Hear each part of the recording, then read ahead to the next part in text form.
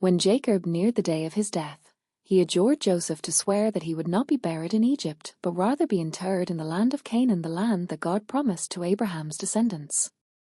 When making this request, Jacob told Joseph to place his hand upon his loins as part of taking that oath. Genesis 47 verse 29. Similarly, when Abraham tasked his servant Eliezer with finding a suitable wife for Isaac, he asked Eliezer to place his hand upon his loins. Genesis 24 verse 2. To modern readers, this act may seem awkward.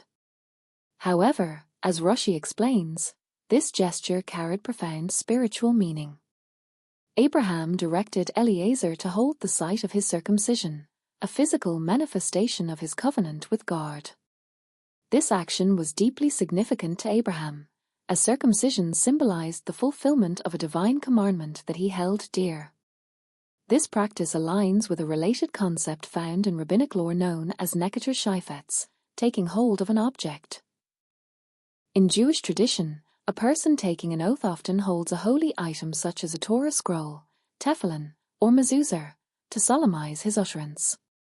This notion parallels practices in Western legal traditions where individuals place their hand on a Bible when swearing an oath in court to uphold the truth. But why is holding a sacred object essential to the procedure of oath-taking? What is it about holiness that lends weight and significance to such commitments? What is holiness? To better understand this, we must first explore what holiness, Kedusha in Hebrew, entails. In his book A Theology of Holiness, Rabbi Alec Goldstein, who founded the Kodesh Press publishing house, offers several interpretations of holiness in Jewish thought. One perspective by Nachmanides, Ramban, defines holiness as going beyond the requirements of the law. When the Torah commands, "You shall be holy," Lev 19:2, Nachmanides interprets this as an exhortation to avoid becoming a navel breshes Torah, a person who adheres to the Torah's laws but behaves in an overly indulgent or coarse manner. Holiness, according to Ramban, means striving for moral refinement beyond the letter of the law, guided by an ethical sensibility that transcends legal boundaries. Accordingly, being holy entails going beyond the requirements of the law to act with greater moral and ethical sensitivity. However, this concept raises a significant challenge. It presumes the existence of a standard for refinement or virtue that is external to the law. Essentially, Nachmanides introduces an implicit moral metric that transcends the boundaries of the Torah's explicit legal framework. This raises the question, if such a standard exists beyond the law, where is it derived from, and who determines its parameters? A more straightforward understanding of holiness is attributed to Maimonides, who sees holiness as synonymous with adherence to the Torah's commandments. According to this view, anyone who faithfully observes the Torah's laws achieves holiness. Holiness, in this sense, involves taking ordinary, mundane actions and aligning them with the Torah's dictates, thereby harmonizing them with God's will. The mitzvot elevate these ordinary activities by transforming them into expressions of divine service. This concept is reflected in the liturgy in such passages as Asher Kid-Sharnub Mitzvosav, who sanctified us with his commandments, Kadesh Nub Mitzvosager, sanctify us with your commandments, and V'Kadash Tarnub Mitzvosager, and you shall sanctify us through your commandments, which emphasize the holiness achieved through the simple acts of performing mitzvot as prescribed. A Mohel performs a Brit Milah, the Jewish circumcision ceremony, 2012. I recently accompanied my son, who was preparing for his bar mitzvah, to a Batim Major, tefillin maker. Watching as raw cowhide was shaped into the sacred tefillin cases, I was struck by how mundane materials could become vessels of holiness.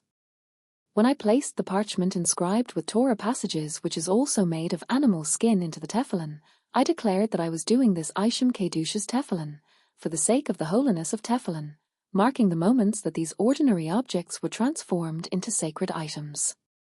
How can such a mundane piece of animal skin become something so holy? By inserting the parchment with the Torah passages into the fashioned hides, this makes it holy because it aligns it with Hashem's will, as revealed in the Torah. This piece of hide now transforms from being something ordinary into something extraordinary and holy. In the same way, when we fulfill the mitzvot, we transform our deeds and actions from their original banality into a holy endeavor. Fulfilling the commandment of circumcision means taking the ordinary body of a human being and transforming it into something holy that has been brought into the covenant, a treaty of Hashem's people. On account of this newfound holiness, the mark of circumcision is referred to as the Ois Bris Kodesh, the sign of the Holy Covenant. Just as the holy Neshamer, soul, described as a divine spark from God Himself, Job 31 verse 2, animates the otherwise mundane physical body and elevates human beings above even the angels, so too does a mitzvah infuse sanctity into a person's actions. The connection between oaths and holiness becomes clearer when we consider the Hebrew word for oath, shvuah, which shares its triliteral root with the number 7, shever. We find this connection made explicit in the Bible itself, which accounts for the etiology of the place name Beersheba, literally, the seventh wellspring, as related to oaths that Abraham and Isaac swore to the Philistine king Abimelech, Genesis 21 verse 31-26:33. In the numerological system of the Maharal of Prague, the number 7 represents a bridge between the natural world, represented by 6, the days of creation, and the supernatural realm, represented by 8, which totally transcends nature.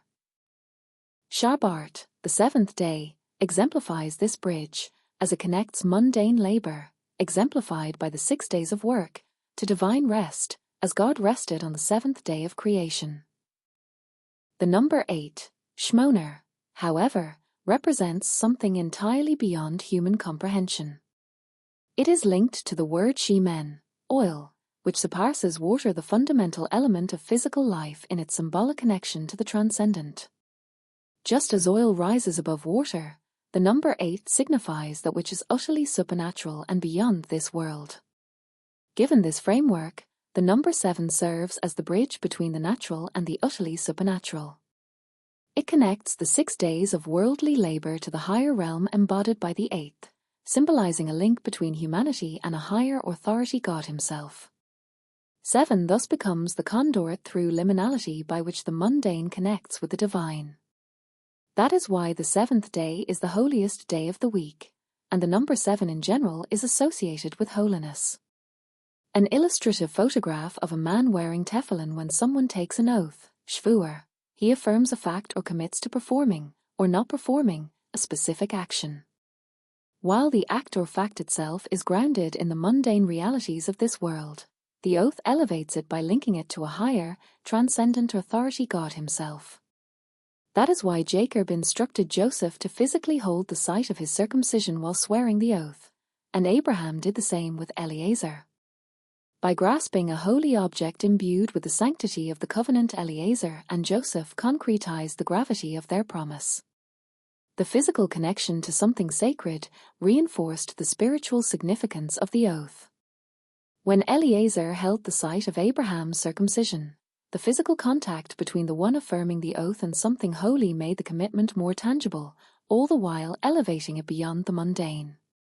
This act reminded Eliezer, Joseph, and all of us of the sacred responsibility that comes with promises tied to the divine.